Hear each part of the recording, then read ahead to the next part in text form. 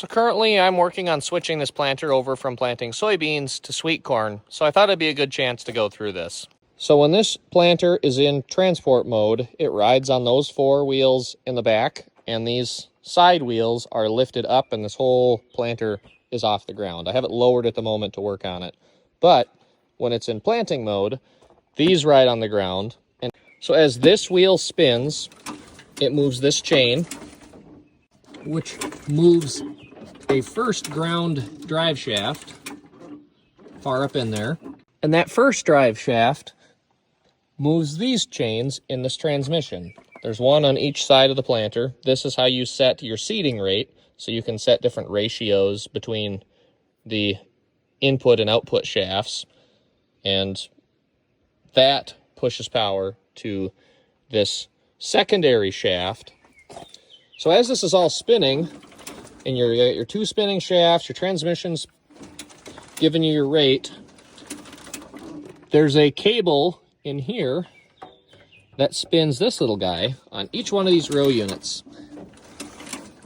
Now typically that is covered up by the box. The yellow boxes is where the seed is stored, but I have this one off and I can show you how it goes. These fingers mesh up with these fingers and spin the actual meter. So then a plate is normally in here. So seed is on the inside. This plate sits here, and that spins this plate. So the ground spins a bunch of other mechanisms that spins this plate. As this plate spins, there is vacuum pressure on the back side of this plate. So there's seed on this side, and it is sucked to the plate by vacuum pressure when this sealed cover sits on here.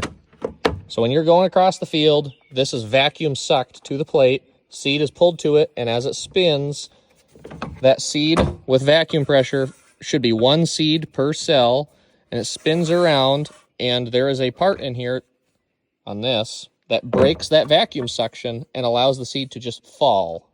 That seed falls down this seed tube and into a trench cut into the ground by the row unit. So switching to the row unit, we have trash whippers that move residue out of the way. You can adjust how aggressive they are. But then right behind those, this is your disc openers. It's a set of 2 discs that form a little wedge that cut your seed trench. These gauge wheels ride on the sides of the seed trench to help keep it firm and help the planter ride. And in the middle of this whole row unit, the seed is dropped in that tube I showed you. And then these stitch that row shut.